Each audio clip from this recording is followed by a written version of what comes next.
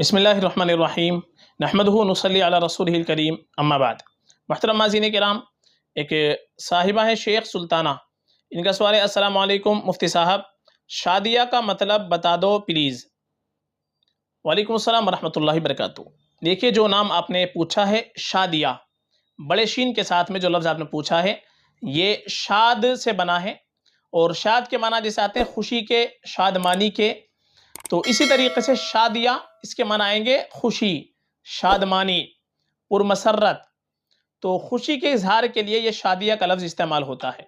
तो अगर शादिया नाम रखना चाहे माना के एतबार से तो कोई ख़राबी नहीं है, माना के एतबार से नाम शादिया रखा जा सकता है। लेकिन ज़्यादा बेहतर यह है कि शादिया के बजाय इसी तरह से मिलता हुआ एक लफ्ज़ आता है सादिया, छोटे सीन के साथ में। सादिया इसके मनाते हैं खुश किस्मत के, नेक, खुश किस्मत, नेक बख्त।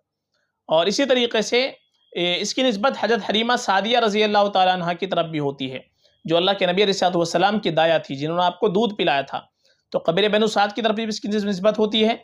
तो सादिया नाम ये ज़्यादा बेहतर रहेगा माना के एतबार से भी और निस्बत के एतबार से भी। और बाकी शादिया नाम भी अगर रखना चाहे तो ये भी रख सकती हैं, कोई मसला नहीं है।